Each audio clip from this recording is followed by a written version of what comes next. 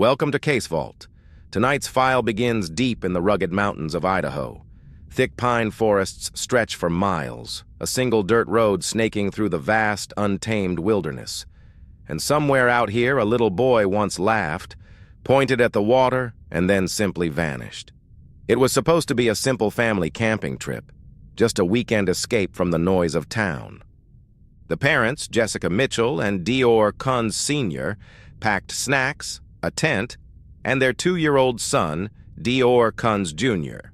Tiny shoes, a favorite toy truck, a smile too bright for a place this quiet and remote. They arrived at Timber Creek Campground, a spot surrounded by imposing cliffs and dense evergreens. There was no cell service, no neighbors for miles.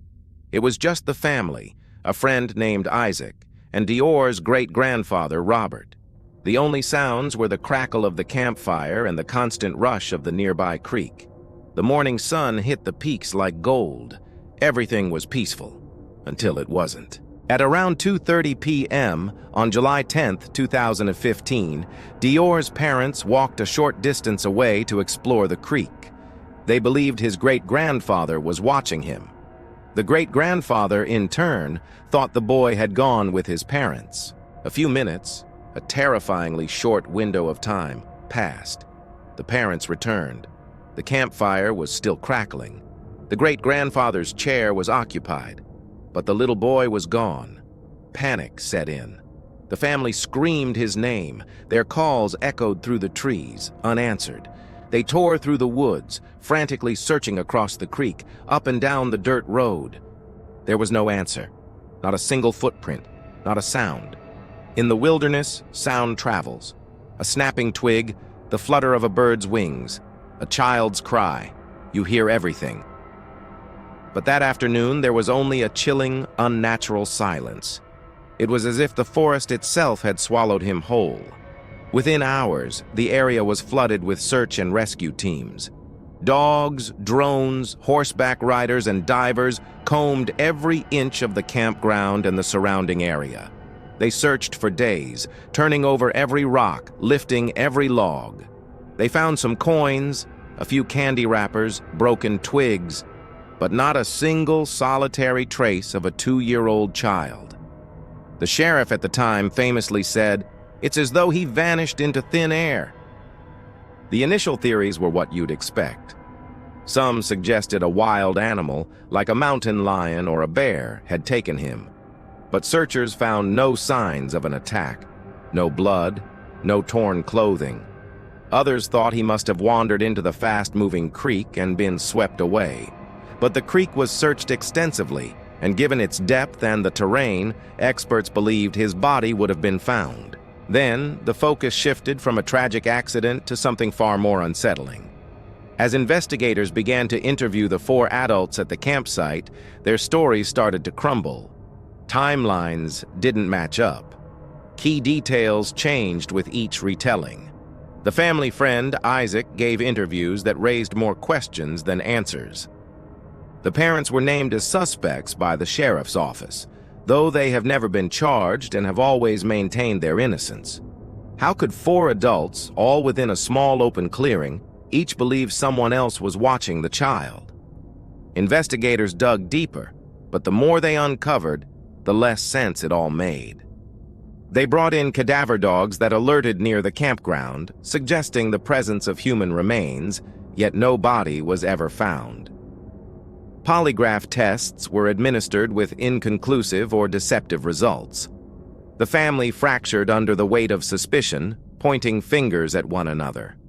Years have passed. There is still no body, no definitive crime scene, no clear evidence of a struggle or an abduction, just the haunting echo of that July afternoon in the trees and the profound silence that followed. Imagine this for a moment. Your child vanishes, right before your eyes. Every search, every test, every lead turns into a dead end. Would you hold on to hope that they were taken and are still out there somewhere? Or would you start to believe that something else, something inexplicable, happened in those mountains? Tonight, we reopen the file of DeOrr Kunz Jr., the boy who disappeared in plain sight. Thank you for joining us here at Case Vault. If this story resonated with you, please hit that like button and subscribe for more deep dives into the world's most compelling mysteries. We'll see you in the next file. It is a quiet July morning in 2015. The sun is filtering through the dense pine trees of the Salmon Chalice National Forest in Idaho. For 2-year-old DeOrr Kunz Jr., this is a grand adventure. He's on a camping trip with his parents, Jessica Mitchell and DeOrr Kunz Sr., his great-grandfather, and a family friend, Isaac Reinwand. The family drives deep into the wilderness, miles from civilization, finally setting up camp at Timber Creek, a remote spot near the small town of Leadore. They unpack their gear, setting up chairs around a small, crackling campfire. Little DeOrr, bundled in a camouflage jacket and clunky cowboy boots, toddles around the clearing. He's happy, chasing pebbles, giggling, his blonde hair catching the sunlight. His parents remember him being constantly within sight, a small, joyful presence against the vast, rugged landscape. A little before noon, Jessica and DeOrr Sr. decide to walk a short distance to explore the creek, just down a small embankment. They later state it was only a matter of feet away, close enough to hear their son playing. They leave him in the care of his great-grandfather, who is sitting in a camp chair, keeping a watchful eye. Only a few minutes pass. When the parents return to the main campsite, the scene has changed. The great-grandfather looks up, a bit confused. He thought the boy had wandered down to the creek to follow his parents, but he's not with them. Jessica's heart drops. She scans the clearing. It's silent. Too silent. She calls his name, DeOrr. The only response is the rustling of leaves in the mountain breeze. Panic begins to bubble up hot and fast. They start searching the immediate area, their voices growing more frantic with each passing second.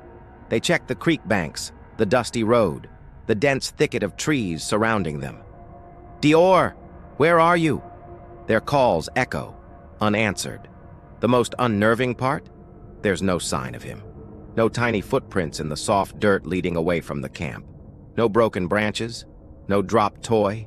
Not a single clue.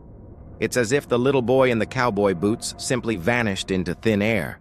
The once peaceful mountain air now feels heavy, charged with a terrifying uncertainty. As minutes stretch into an hour, the family's desperation grows. The beautiful wilderness that promised a fun weekend now feels menacing. At 2:30 p.m., they make the call that no parent ever wants to make. The first 911 call is placed, and the search for DeOrr Kunz Jr. officially begins. Sheriff's deputies and local volunteers are the first to arrive, quickly followed by professional search and rescue teams. The operation escalates rapidly. The area is swarmed with people on foot, on ATVs, and on horseback. K9 units are brought in, their noses to the ground, trying to pick up a scent. But the dogs seem confused, circling the campsite and the family's truck before losing the trail completely. Helicopters with thermal imaging cameras buzz overhead, scanning the vast green canopy. Divers are sent into the shallow, cold waters of Timber Creek and the nearby reservoir. Every log is turned over, every bush is pushed aside. Days turn into a week.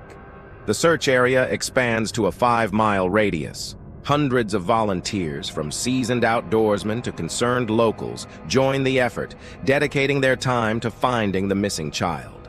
They comb every inch of the rugged terrain. And yet, after all that effort, after all those eyes searching, they find absolutely nothing. Not a single piece of clothing, not a boot, not a shred of evidence to suggest what happened to him or where he went. The Lemhi County Sheriff, Lynn Bowerman, who led the initial investigation, was baffled. He famously stated, "We've literally covered the area with every possible resource, and there's just nothing." It defied all logic.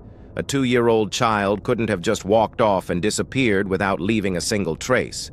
The case grew colder, and the questions grew louder. As the official search wound down, the investigation pivoted. If DeOrr wasn't lost in the wilderness, then what happened to him? The focus shifted from a search and rescue mission to a criminal investigation, and the spotlight turned directly onto the 4 adults who were with him that day: his parents, his great-grandfather, and the family friend, Isaac Reinwand. Investigators began questioning their stories, and right away, inconsistencies started to emerge. Each person's account of the timeline seemed to shift slightly with each retelling.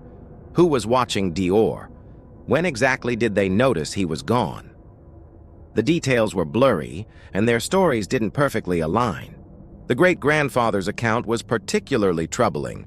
He initially told investigators he saw the boy, then later admitted his eyesight was poor and he couldn't be certain. Had he fallen asleep? Was he distracted? Then came the polygraph tests. According to law enforcement, both parents, DeOrr Sr. and Jessica, failed their lie detector tests. While polygraphs aren't admissible in court, they are a powerful tool for investigators, and these results cast a dark cloud of suspicion over the parents. The family friend, Isaac Reinwand, also had a history that drew scrutiny, though he was eventually cleared of direct involvement by investigators. The sheriff named DeOrr Sr. and Jessica as official suspects in their son's disappearance. This announcement shattered the public's perception of the grieving parents and divided the community. Were they victims of a tragic accident or something far more sinister? The family maintained their innocence, insisting that their son was abducted. They suggested a stranger might have been lurking in the woods, waiting for an opportunity. But investigators found no evidence to support this.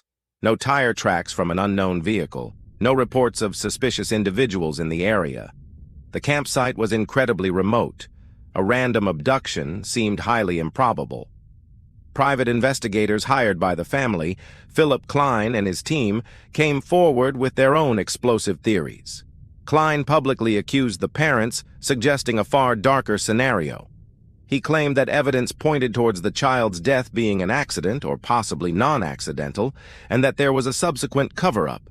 He alleged that blood was found in the family's truck, but official forensic reports later confirmed that no human blood was ever found. Klein's sensational claims added fuel to the fire of public speculation, but they were often unverified and created more confusion than clarity. Years have passed since that July day. The Timber Creek Campground is still there, but the story of the little boy who vanished haunts the landscape. The case has been passed from one sheriff to the next, but it remains active. Despite thousands of hours of investigation and countless theories, there has never been a single arrest, and no remains have ever been found. The theories run the gamut. The most prominent one, favored by law enforcement, is that the parents are responsible. But without a body or a confession, it's a case built on suspicion and inconsistent statements. Another theory is that DeOrr was accidentally harmed at the campsite, leading to a panicked cover-up. Did he fall into the fire? Was he accidentally struck by the truck? These are horrible possibilities, but they are scenarios that have been considered. Then there are the wilder theories. Could he have been taken by a wild animal? Experts say it's unlikely.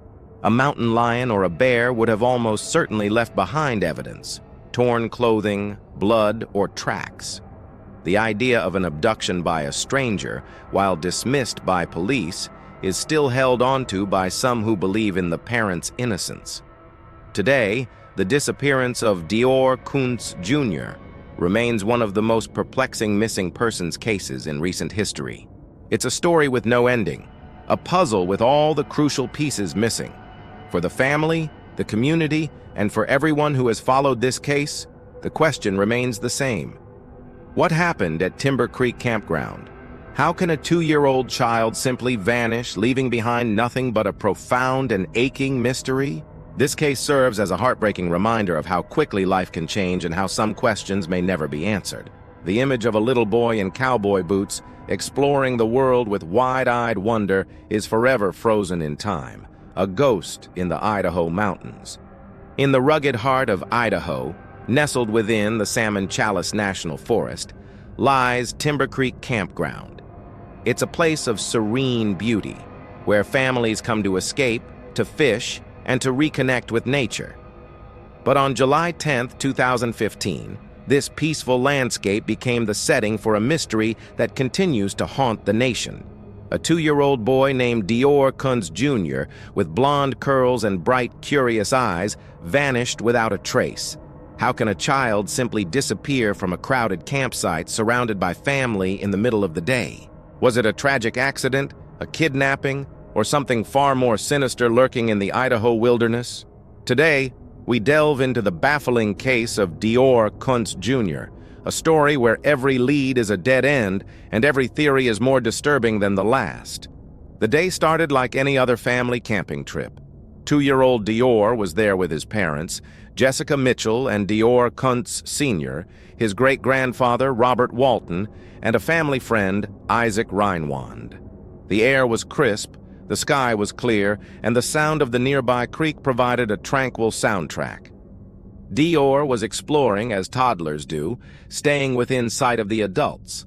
His parents say they looked away for just a moment, a single, fleeting moment, to check on a fish or grab something from their truck. When they turned back, he was gone. The entire window of his disappearance was estimated to be less than 5 minutes. Panic set in immediately. The family began a frantic search, their calls echoing through the trees. "DeOrr! DeOrr!" But the only reply was the rustle of leaves and the babble of the creek. Realizing something was terribly wrong, they called 911. Within hours, the quiet campground was transformed into the epicenter of one of Idaho's largest search and rescue operations. Sheriff's deputies, firefighters, and forest rangers swarmed the area. Local volunteers, moved by the plight of a missing child, joined the effort, their determination a stark contrast to the growing sense of dread. The scale of the search was immense. Search dogs were deployed, their noses to the ground, trying to pick up a scent. Helicopters with thermal imaging cameras circled relentlessly overhead, their rotors chopping through the mountain air. Divers, braving the frigid water, methodically scoured every inch of the creek bed.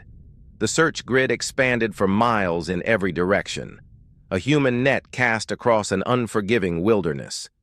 Rescuers pushed through freezing rivers, scaled steep rocky cliffs, and navigated dense pine forests where the canopy was so thick that daylight struggled to break through. Day bled into a cold, starless night.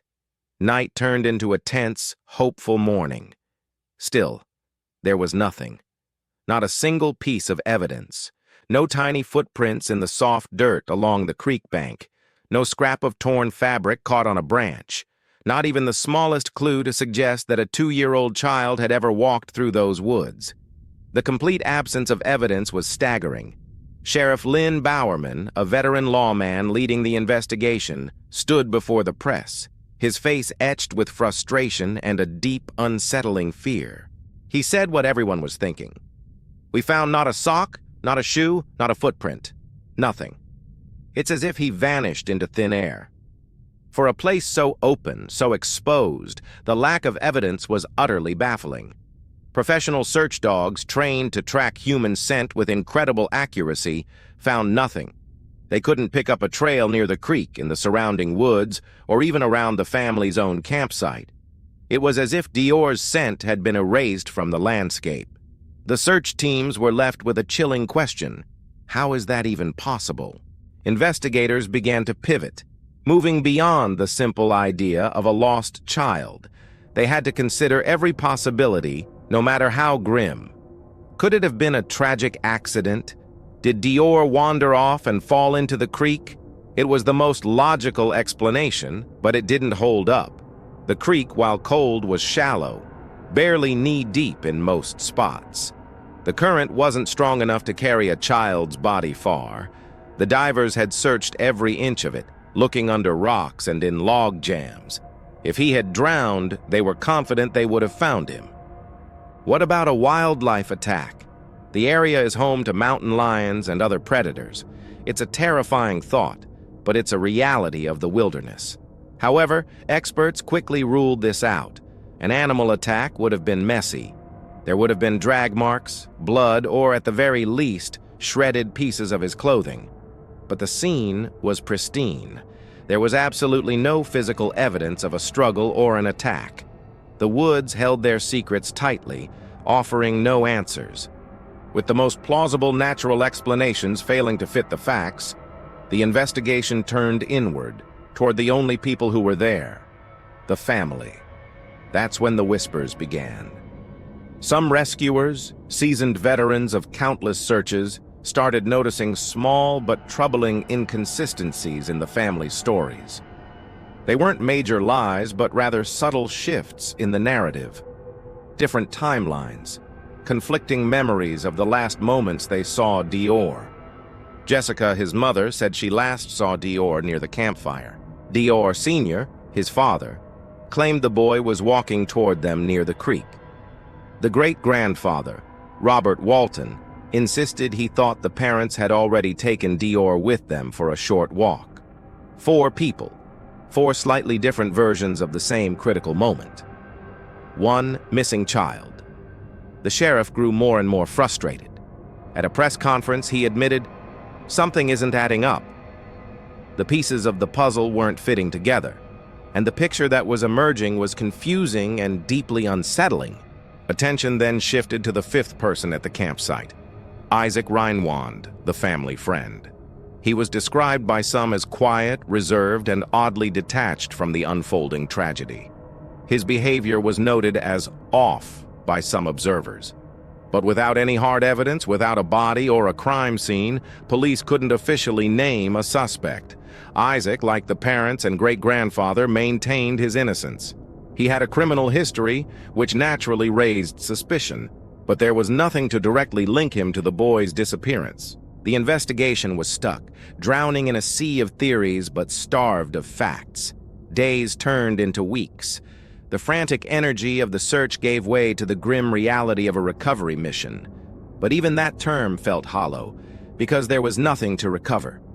The search teams eventually packed up, the helicopters flew away, and the volunteers returned to their lives, forever changed by the mystery they had been a part of. The forest fell silent once more, but the peace it once held was gone, replaced by an eerie, lingering unease. And yet, something strange remained. As the official search wound down, stories began to circulate among the few who stayed behind. Searchers reported an unnerving feeling of being watched in the woods. Their radios would suddenly malfunction in specific areas. Search dogs, once eager to work, would suddenly stop, whining and refusing to go near certain parts of the forest, their instincts telling them something was deeply wrong. The local community, steeped in folklore and the history of the mountains, began calling the Timber Creek area the place where time forgets. It became a place of sorrow and speculation. By the end of the first month, an astonishing 10,000 man-hours had been spent looking for DeOrr Kunz Jr., and not one single trace, not a shred of clothing, not a strand of hair, not a single definitive clue has ever been found. Years have passed since that day. The parents were eventually named as suspects by the sheriff's office, but no charges have ever been filed due to the lack of evidence. They have since separated, each pointing fingers and casting blame. The great-grandfather passed away, taking whatever he knew to his grave. The case remains a gaping wound for the family and the investigators who poured their hearts into the search. It begs the question that haunts us all. In modern America, with all our technology, drones, thermal imaging, GPS, and highly trained professionals, how does a 2-year-old child vanish completely from a busy campsite in broad daylight? Was it a tragic accident that nature somehow managed to perfectly conceal? Was it a brazen abduction by a stranger who slipped in and out undetected? Or was it something darker, a secret buried with the family in those silent, watchful woods? The disappearance of DeOrr Kunz Jr. is more than just a missing person case. It's a chilling reminder that sometimes there are no answers, only questions that echo endlessly in the wilderness. What do you think happened to little DeOrr? Let us know your theories in the comments below. The mountains of Idaho hold secrets, but few are as dark and bewildering as the one at Timber Creek. In the summer of 2015, a 2-year-old boy named DeOrr Kunz Jr. vanished from his family's campsite. No witnesses, no ransom note, no body. It's as if he simply ceased to exist. In the years since, an exhaustive investigation has left detectives, family, and a nation of armchair sleuths with nothing but 4 chilling, contradictory theories. And tonight, we're going to walk through every single one of them. What really happened to little DeOrr? As days turned into agonizing weeks, the frantic search in the mountains grew quiet, but the questions only got louder. The massive effort to find 2-year-old DeOrr Kunz Jr. had yielded absolutely nothing. Not a shoe, not a single scrap of clothing, not even a footprint in the soft Idaho dirt. For the seasoned investigators on the case, it was unthinkable. For his family, it was an unbearable living nightmare. And for the small, tight-knit town of Leadore, Idaho, the boy's disappearance became an obsession. It seemed like everyone had a theory about what happened, but no two were the same. The local community was fractured, with whispers and suspicions hanging in the air. This division reached all the way into the sheriff's office itself. Half of the deputies believed this was a tragic, unfortunate accident, a case of a child lost in the vast, unforgiving wilderness. But the other half believed something far darker had taken place on that quiet morning at Timber Creek Campground. And so, the case splintered into 4 main possibilities, each one more haunting than the last. Let's start with the one that speaks to our most primal fears. The first theory was the simplest: a wild animal attack. The rugged Idaho wilderness is home to formidable predators: mountain lions, black bears, and even wolves. At the high altitude of the Timber Creek Campground, encounters with these animals are rare, but they are certainly not unheard of. A small child, just a toddler, left alone for even a fleeting moment, would be tragically vulnerable. It's a terrifying thought, but one that investigators had to consider immediately. But when expert trackers and search teams scoured the area, the evidence simply wasn't there. An attack by a large predator, they explained, would leave a clear and brutal trail. They looked for drag marks in the dirt, torn pieces of clothing, or any sign of blood. They found nothing. They examined the brush for broken branches or disturbed soil that would suggest a struggle. The ground was untouched. Wildlife experts who joined the search were baffled. They insisted that an attack of that nature would have left unmistakable signs, especially within the first few hours. The most chilling part? The silence. In the dense wilderness, sound travels, echoing through the valleys. An animal attack, the growl, the struggle, the cry, would have been heard. But on that day, there was only an impossible, hollow quiet. It was this eerie silence that haunted the search teams the most. The wilderness had taken secrets before, but never this silently. With the animal attack theory leading nowhere, investigators turned to the next logical possibility, the wandering theory. Perhaps DeOrr, like any curious 2-year-old, had simply wandered off. Toddlers are driven by impulse and an insatiable curiosity for the world around them. Investigators imagined he might have seen something captivating: the shimmer of the nearby creek, a colorful bird darting through the trees, and followed it, step by tiny step, until he was lost. This seemed plausible, but once again the evidence refused to cooperate. Hundreds of searchers on foot, on horseback, and in ATVs covered every possible direction for miles, pushing through thick brush, navigating steep, treacherous slopes, and wading through freezing mountain streams. They left no stone unturned. High-tech helicopters equipped with advanced infrared cameras scanned the landscape day and night, searching for any sign of body heat against the cool terrain. Highly trained cadaver dogs, capable of detecting human remains from incredible distances, swept the hillsides and creek banks again and again. They found nothing, not a single trace. Experts and seasoned searchers argued that even if he had wandered off, a child that small couldn't have gone very far, especially in that difficult terrain.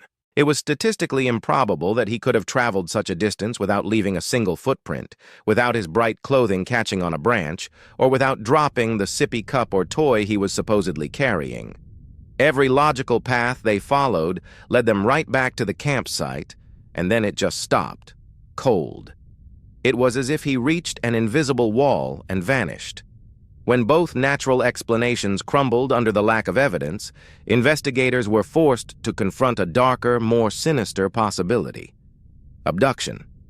Had someone been lurking in the remote wilderness, waiting for the perfect moment to snatch a child?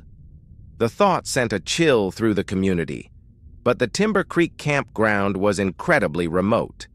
The road leading in was a single, narrow dirt track, winding through dense trees and along steep drop-offs. It wasn't a place you just happened to drive by. Anyone entering or leaving that isolated area would have almost certainly been noticed by DeOrr's family or other campers further down the road. But there were no witnesses. No one reported seeing an unfamiliar vehicle or a suspicious person. Investigators meticulously examined the road and the area around the campsite for unfamiliar tire tracks. They found none.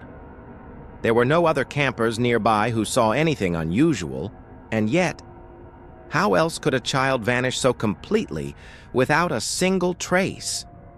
The abduction theory persisted, not because there was any evidence to support it, but because it was one of the few explanations that didn't seem to defy the laws of physics. Detectives expanded their search, combing through security footage from gas stations and businesses in nearby towns, looking for any sign of DeOrr or a potential suspect. They found nothing. To those who knew the family and the area, it felt deeply unlikely. The campsite was too quiet, too secluded. Who could have been out there, unseen, just waiting for that one brief moment of opportunity? The theory hung in the air, a terrifying what if, with no answer. When the theories of an animal attack, wandering off, and abduction all led to dead ends, investigators were left with only one possibility, the one no one wanted to consider: foul play. And the focus of the investigation began to shift, slowly but surely, from the woods surrounding the campsite to the people who were there that day, DeOrr's own family. Whispers among investigators grew into serious discussions.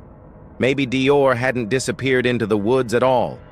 Maybe something had happened to him before. The frantic 911 call was ever made. As detectives dug deeper, they found that the family's statements were riddled with inconsistencies. The timeline of that morning seemed to change with each retelling. DeOrr's mother, Jessica Mitchell, said one thing, while his father, DeOrr Kunz Sr., said another. The great-grandfather, who was also at the campsite, gave a different account, believing the child had gone with his parents down to the creek.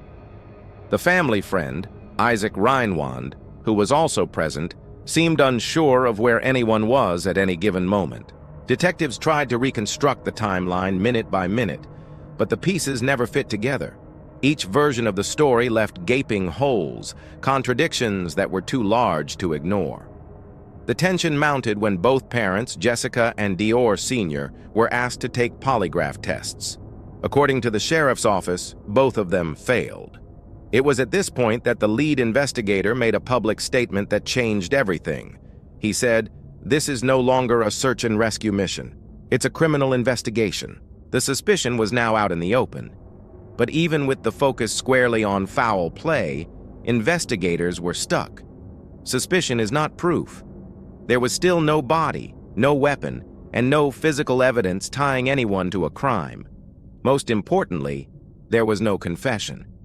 It was as if every single theory, every path of investigation led to a brick wall. Every answer they thought they'd found only raised a dozen new, more troubling questions. 4 theories. 4 paths that led absolutely nowhere. No animal tracks, no footprints in the dirt, no sign of a mysterious abductor, and no concrete proof of foul play. So what happened in those mountains that morning? Was it a simple, tragic moment of distraction that led to an accident? Or was it something else, something so terrible that no one is willing to say it aloud. The case of DeOrr Kunz Jr. remains one of the most haunting and perplexing mysteries of our time. It's a story with no ending, a puzzle with missing pieces. Sometimes the cases that stay with us the longest aren't the ones with twisted villains or complex motives.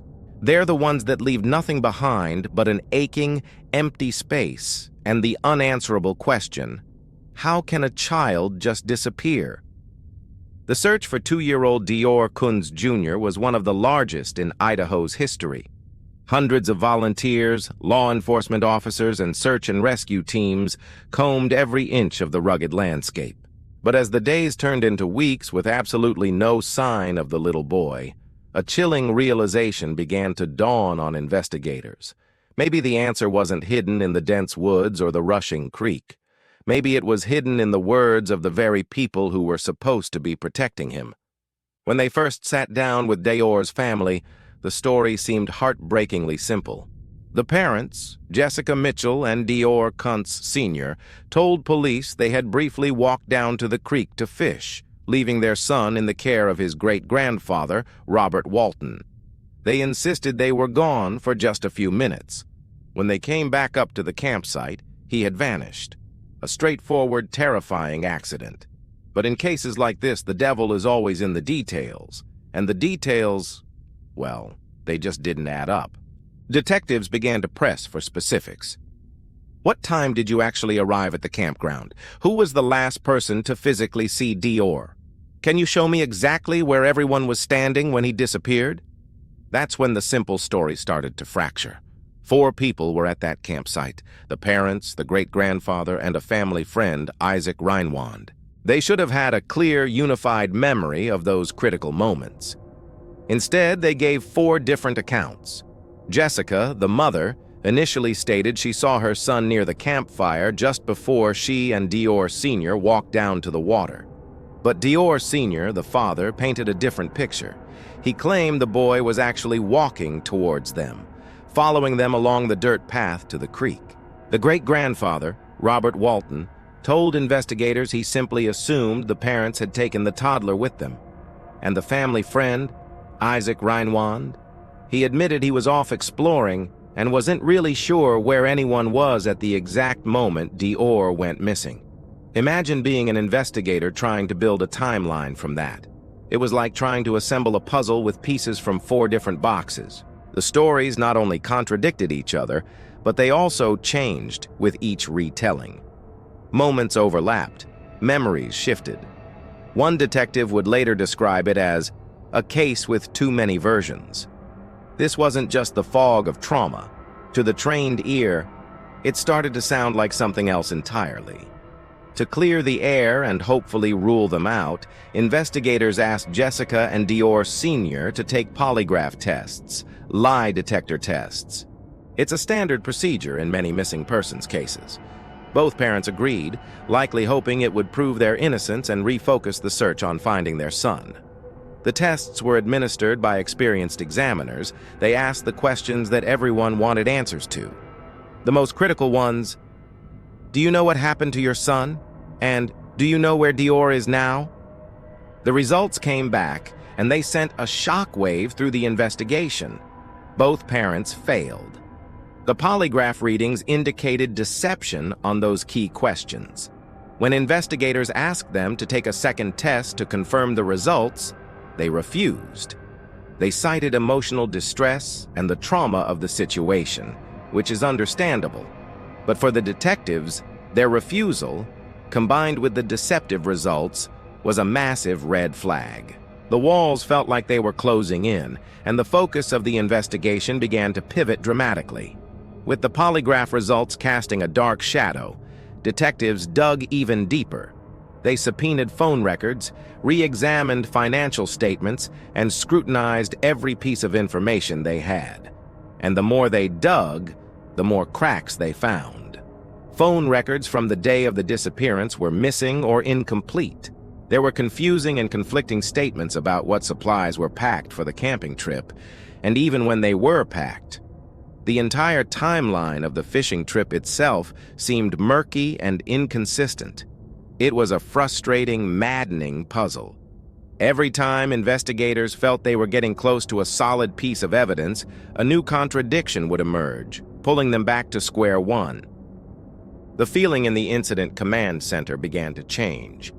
The initial frantic energy of a search and rescue mission slowly morphed into the grim, methodical pace of a criminal investigation. The unspoken theory was no longer just that a child had tragically wandered off. A darker possibility was now being considered, that something had happened at the campsite, and the story of him wandering off was a cover-up. Sheriff Lynn Bowerman, who was leading the investigation, had to be careful with his words to the media. The public was desperate for answers, but he couldn't reveal everything his team was uncovering. He spoke in measured tones, hinting at the direction the case was taking. "We can't say exactly what happened," he stated in a press conference, "but someone knows more than they're telling us." It was a clear message, aimed directly at the people who were there that day. The silence of the mountains was deafening. The ground, the creek, the trees, they offered no clues, no trace of the little boy in the camouflage jacket. All investigators had to go on were the voices of the 4 adults present. And those voices were telling too many stories to be believed. Was it possible that this was all just a tragic misunderstanding, magnified by the immense stress and grief of losing a child? People's memories can play tricks on them during traumatic events. Or was this something more sinister? Was it a deliberate, calculated campaign of deception designed to hide a terrible truth? The question that haunts this case to this day isn't just, where is DeOrr Kunz Jr.? It's also, what really happened at that campsite? Because somewhere, buried beneath the layers of conflicting stories, shifting timelines, and failed polygraphs, lies the truth. A truth that for years has remained as hidden and elusive as the little boy himself. The disappearance of DeOrr Kunz Jr. is a heartbreaking mystery, and our thoughts are with all who loved him and still hope for answers. Picture this: a remote campground in the mountains of Idaho. A family is enjoying a summer day, surrounded by the quiet beauty of nature. A 2-year-old boy, little DeOrr Kunz Jr., is playing near his great-grandfather. His parents are just a few steps away, and then, in the blink of an eye, he's gone. This isn't the start of a fictional thriller. It is the chilling true story of a disappearance that has baffled investigators and haunted the public for years. In July 2015, the disappearance of DeOrr Kunz Jr. from the Timber Creek Campground spread across America like wildfire. At first, it was a local headline, a tragic but familiar story. A toddler wanders off, a frantic search begins. But this was different. Despite helicopters, search dogs, divers, and hundreds of dedicated volunteers scouring the rugged terrain, there was no sign of him. No footprints, no scraps of clothing, not even a scent trail for the dogs to follow. It was as if the little boy had simply evaporated into the mountain air. It just didn't make sense. And when things don't make sense, the human mind races to fill in the blanks. Within days, the media descended. Satellite vans lined the narrow mountain road leading up to the campground. Bright lights pierced the forest canopy at night as reporters delivered their updates in practiced, somber tones. Each broadcast replayed the same haunting words: "Searchers have found nothing." But this wasn't just a story for the evening news. By 2015, the internet had become its own sprawling, unofficial investigation team. People from every corner of the globe became amateur detectives. They studied maps of the Salmon Chalice National Forest. They analyzed every public interview with the family, slowing down the footage frame by frame. Entire Reddit threads sprang up overnight, dissecting every word, every glance, every pause from DeOrr's parents.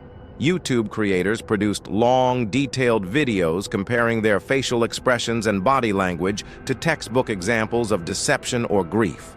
Podcasts with names like Cold Trail and Vanished Voices dedicated hour-long episodes to breaking down the evidence, or rather, the stunning lack of it. Everyone wanted to solve the mystery of the missing boy. But in that frantic race for answers, the lines between fact and theory began to blur. People seized on the smallest details, the slightest inconsistencies. Why did the parents seem so calm during interviews? Why did they occasionally smile or laugh nervously? Was it the disorienting shock of trauma? Or was it a sign of something darker? The public became a jury, and the evidence was a collection of unsettling questions. Why couldn't the search dogs, with their incredible sense of smell, find a single trace of DeOrr's scent leading away from the campsite? This fact alone was baffling. Usually, a child would leave a trail, but it was as if he was there one moment and completely gone the next. Why were there no torn clothes, no signs of an animal attack, no footprints, not even tiny toddler-sized ones, near the creek he was supposedly near? The entire area seemed untouched, almost unnaturally clean, as though the forest itself had conspired to erase any evidence of what happened. Then, the focus shifted to the behavior of the 4 adults at the campsite: DeOrr's parents, his great-grandfather, and a family friend. Why did the parents reportedly stay at the campground after their child vanished, instead of running into the woods to search for him themselves? Why did both parents fail their polygraph tests? Now, we know polygraphs aren't admissible in court and can be unreliable, but for a public desperate for clues, it was another red flag. Why did the family friend seem so distant and confused in his statements, his timeline of events shifting with each interview? Every piece of uncertainty became fuel for someone's theory. Online, strangers debated endlessly. The theories ranged from the plausible to the fantastic. Some believed DeOrr had been abducted by someone who knew the terrain intimately, a reclusive hunter, perhaps, or a local who had been watching the family from a distance. Others were convinced it was a tragic accident, that something terrible happened near the creek, and the ensuing panic led to a cover-up. And then there were the darker whispers, the ones that pointed fingers directly at the people who were supposed to protect him. These theories suggested that one of the 4 adults knew exactly what happened that day, and that the truth was being buried under a mountain of fear and guilt. A few people clung to even wilder explanations. They pointed to the strange stillness of the forest, the complete absence of any physical trace. They talked about liminal spaces, the idea that certain remote and ancient places can blur the line between our world and another. That Timber Creek Campground, surrounded by centuries of untouched wilderness, might be one of those places. A place where something, or someone, could simply vanish without a trace. Meanwhile, law enforcement was caught in a whirlwind. The sheriff's office had to balance a real, on-the-ground investigation with the monumental task of rumor control. Every week, the phones rang with tips from people claiming to have cracked the case from their computers hundreds of miles away.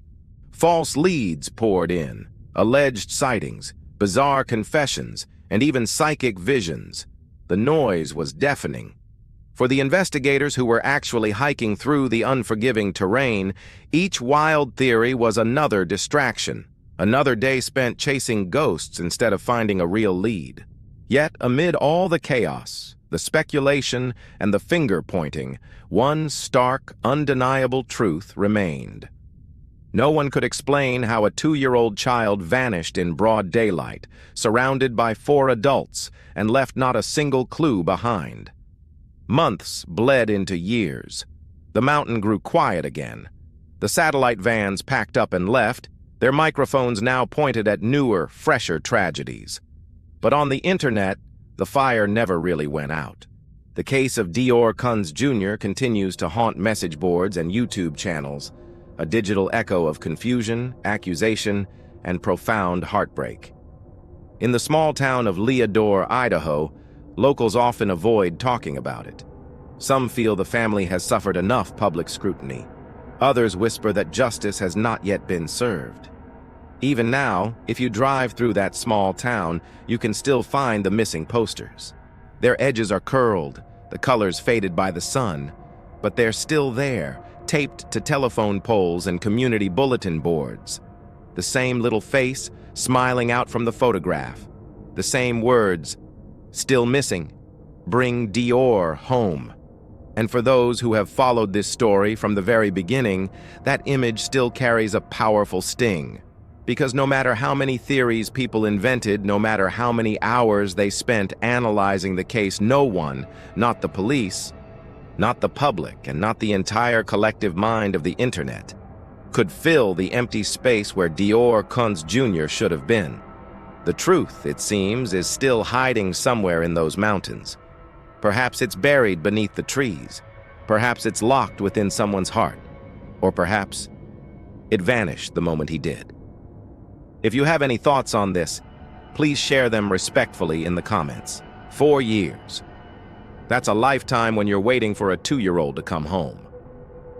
By 2019, 4 long years had passed since the day DeOrr Kunz Jr. vanished into the thin mountain air of Idaho.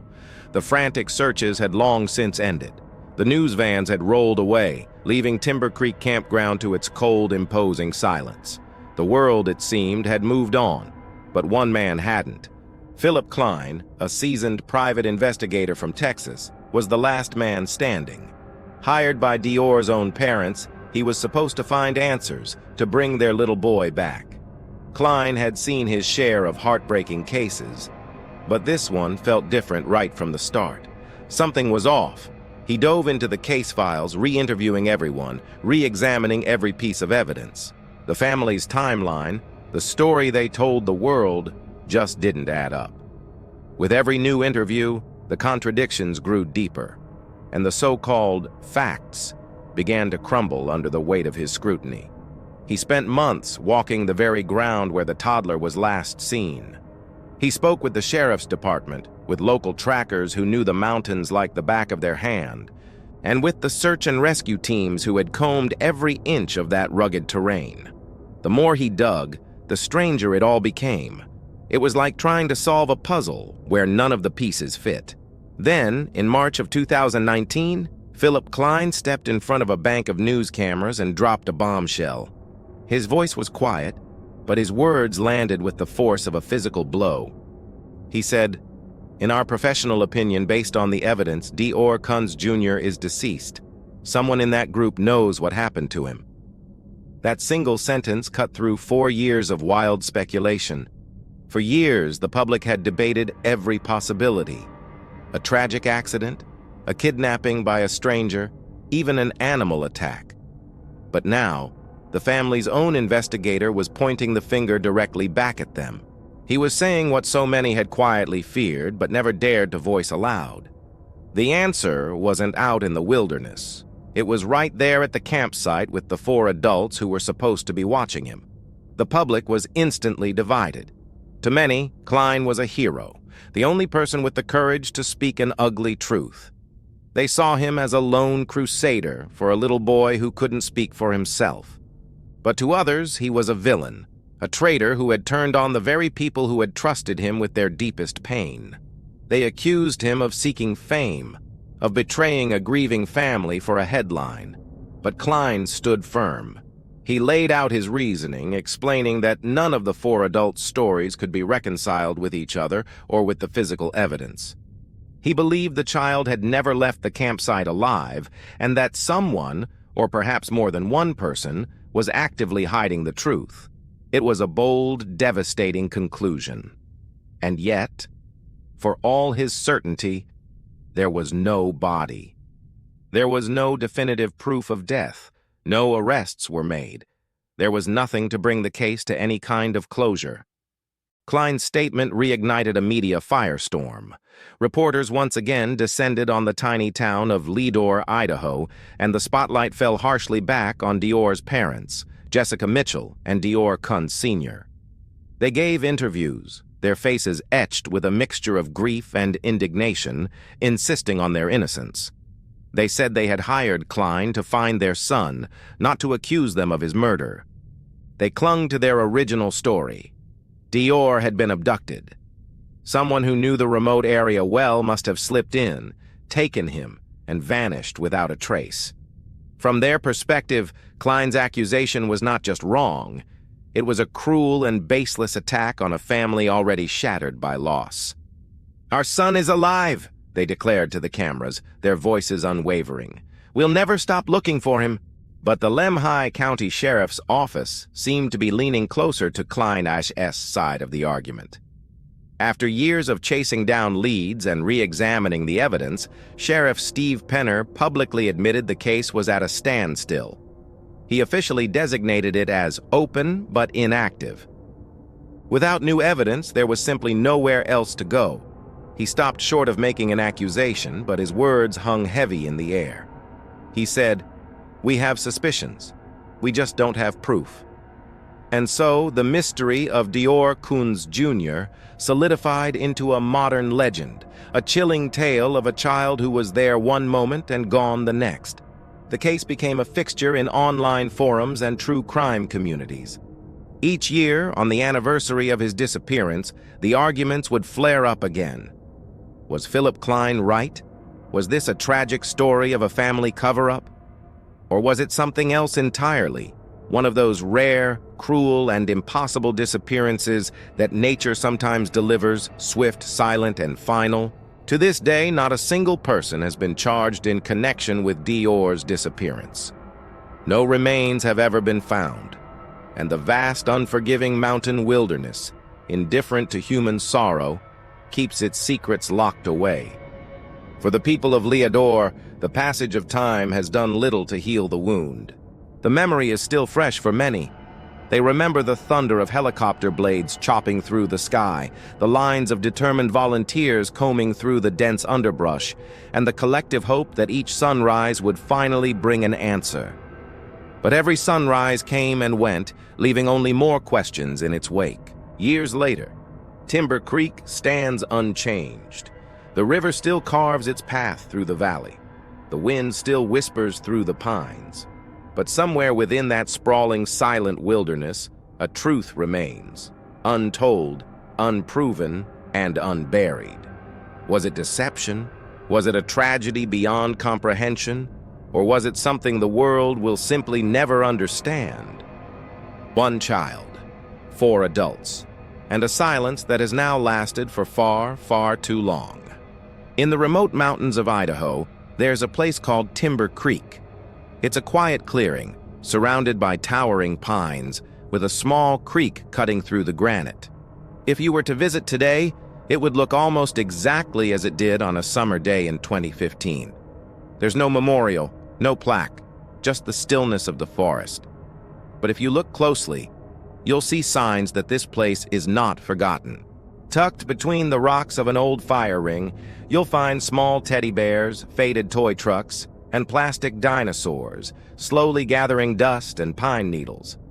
These are tributes left by strangers, locals, hikers, and people like you and me who have been captivated by a chilling mystery.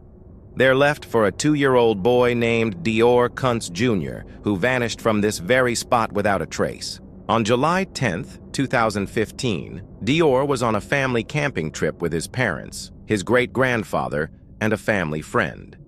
It was a typical summer outing. The adults were setting up camp, exploring the area, and keeping an eye on the little boy with bright blonde hair. His parents said he was never out of their sight for more than a few minutes.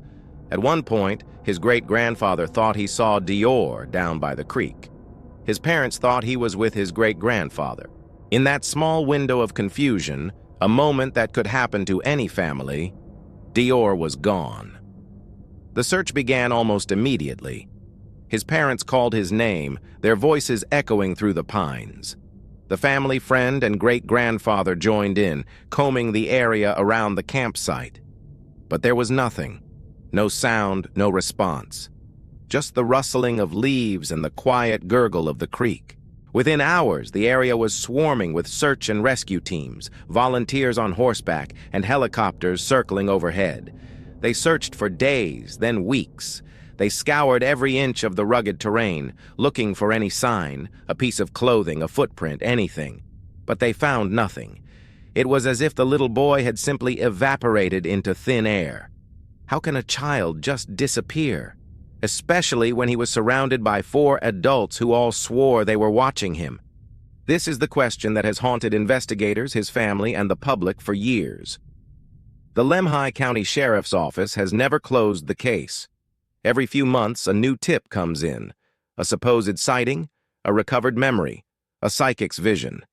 And each time, detectives return to the mountain hoping this will be the time they find an answer. But the result is always the same: nothing. No remains, no evidence of an animal attack, no trace of a struggle. The case file for DeOrr Kunz Jr. sits in the sheriff's office, its pages worn from years of being handled, filled with notes that lead to dead ends. Sheriff Steve Penner refuses to call it a cold case. For him, there's still a glimmer of hope, however slim. When asked if he believes DeOrr is still alive, he takes a long pause. "I don't know," he admits, "but I can't stop looking." From the very beginning, suspicion fell on those who were there that day: his parents, Jessica Mitchell and DeOrr Kunz Sr. Their stories were inconsistent, changing under repeated questioning. Investigators found contradictions in their timelines and their descriptions of the day's events. Both parents failed polygraph tests, though the results are not admissible in court. The private investigator hired by the family eventually turned against them, publicly stating his belief that they knew more than they were saying. He pointed to forensic evidence found at the campsite, suggesting a cadaver dog had alerted near the family's truck. But without a body, without a confession, these suspicions remain just that: suspicions. Jessica and DeOrr Sr. have always maintained their innocence. They believe their son was abducted, taken by a stranger who slipped into the campsite unnoticed. They've appeared on national television, pleading for his return, describing the unbearable pain of not knowing what happened to their son. They've since split up, their lives fractured by the tragedy and the cloud of suspicion that follows them. Then there were the other two adults at the campsite. The great-grandfather, Robert Walton, was the last person to have reportedly seen DeOrr near the creek. His health was failing at the time, and his memory was hazy. He passed away before he could provide any further clarity. The family friend, Isaac Reinwand, also gave conflicting accounts. He had a criminal record, which drew investigators' attention. He told police he saw a strange vehicle near the campsite around the time DeOrr went missing, but his story was never fully corroborated. Could one of them have seen something they were too afraid to report? Or was something more sinister at play? The theories range from the plausible to the bizarre. Was it a tragic accident? Did DeOrr wander off and fall into the creek, his body swept away by the current? Searchers combed the creek for miles and found nothing. Was it an animal attack? Experts say a cougar or bear attack would have left behind clear evidence: blood, torn clothing, remains. None of that was ever found.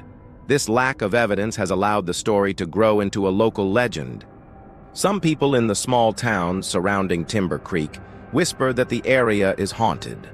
They tell stories of hearing a child's laughter near the creek at dusk, or the sound of a name being softly called on the wind. Campers report an unsettling feeling, a heavy stillness in the air that makes the birds go quiet. The mystery of DeOrr Kunz Jr. has become part of the fabric of the Idaho wilderness, a ghost story told around campfires. If DeOrr were alive today, he would be a preteen. He'd be in middle school, playing video games, learning to navigate the world. He would have a life, friends, a future. His parents hold on to this image, insisting he is out there somewhere, waiting to be found. But as the years pass, the bright colors of the toys left at the campsite fade in the sun, and the ribbons unravel in the wind. The hope becomes harder to hold on to.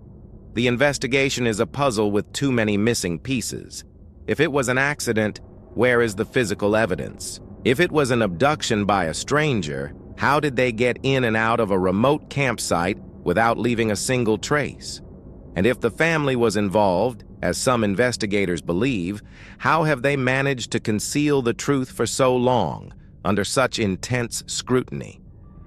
The answer seems to be hidden somewhere in the silence of the forest, and the silence of the people who were there that day.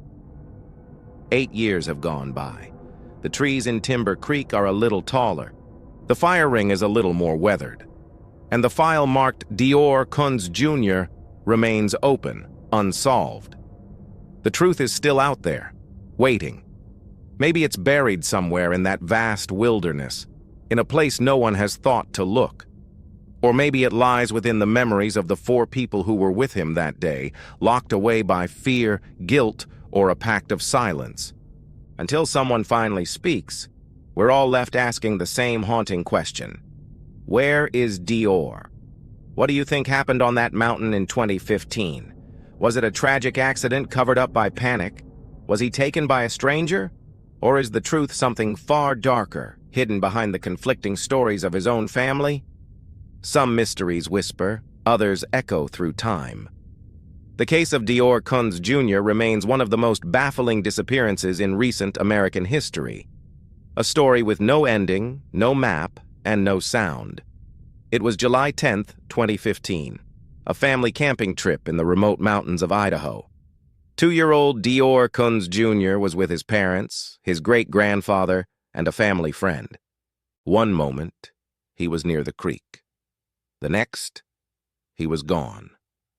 In the blink of an eye, a toddler vanished from a secluded campsite, surrounded by the very people meant to protect him. For nearly a decade, the world has asked the same haunting question. What happened to that little boy by the creek? Today, the campsite looks much the same. You can still see the fire ring, a few weathered logs, and hear the endless whisper of pine needles in the wind. But somewhere in that profound silence lies a truth that has eluded everyone. Every investigator who has stood on that soil, every searcher who has combed these woods, says the same thing. It just doesn't make sense. How does a child vanish without a single trace, in broad daylight, within shouting distance of everyone who loved him? There were no tracks leading away, no signs of a struggle, and no credible witnesses to an abduction. The 4 adults present at the campsite, DeOrr's mother Jessica Mitchell, his father DeOrr Kunz Sr., his great-grandfather Robert Walton, and family friend Isaac Reinwand, all had slightly different accounts of the day's events. Their timelines didn't perfectly align. How can 4 people experience the same critical moment so differently? Over the years, the investigation has twisted and turned. The parents were named as suspects by the sheriff at one point, but no charges were ever filed directly related to the disappearance. Polygraph tests yielded inconclusive or deceptive results, fueling suspicion and deepening the mystery. Private investigators have dedicated years of their lives to this case, chasing down leads that evaporated into thin air.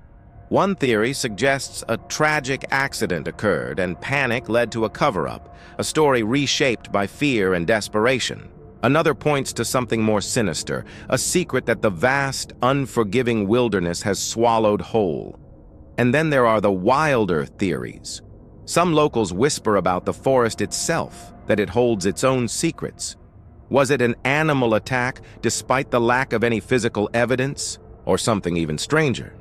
A secret hidden in the cold soil, whispered through the very creek that runs beside the campsite. This is a place where fact, fear, and folklore have become inseparable. The digital age has kept DeOrr's story alive. It breathes through late-night discussions in online forums and social media groups. People who never met DeOrr, who live thousands of miles away, talk about him like family. They analyze every photo, every interview, every piece of evidence, no matter how small. Why? Because deep down, we all understand that universal fear. Every parent, every guardian knows what it feels like to lose sight of a child, even for just a second. And in that 1 second, everything can change. The search for DeOrr was one of the largest in Idaho's history. Volunteers and professionals on foot, on horseback, and in the air scoured the rugged terrain. They found nothing. No clothing, no toys, no remains. It's as if he was simply erased from the landscape. The lead investigator on the case, Philip Klein, has publicly stated his belief that DeOrr is no longer alive and that he knows what happened. Yet, without a body, without a confession, the case remains officially unresolved. A legal and emotional limbo. 8 years later, the questions are louder than ever. If everyone was telling the truth, then who wasn't watching? If it wasn't a person who took him, what did? Was it a tragic accident that spiraled out of control, or a deliberate act concealed by the silent, watching trees? If DeOrr is out there somewhere, time has carried him far beyond this mountain. His memory of that day likely faded. If he's gone, then this remote patch of wilderness is the only witness left. Either way, the silence has become part of the story. A heavy, unending silence where a little boy's laughter should be. This case remains open. The search for answers continues, driven by the hope that one day the truth will find its way out of the woods. What is your theory? Share your thoughts in the comments below. Let's keep the conversation going, because for cases like this, attention is the one thing we can't afford to lose. Thank you for watching. If you want to see more content that explores compelling mysteries, please consider subscribing to the channel and turning on notifications. We'll see you in the next one.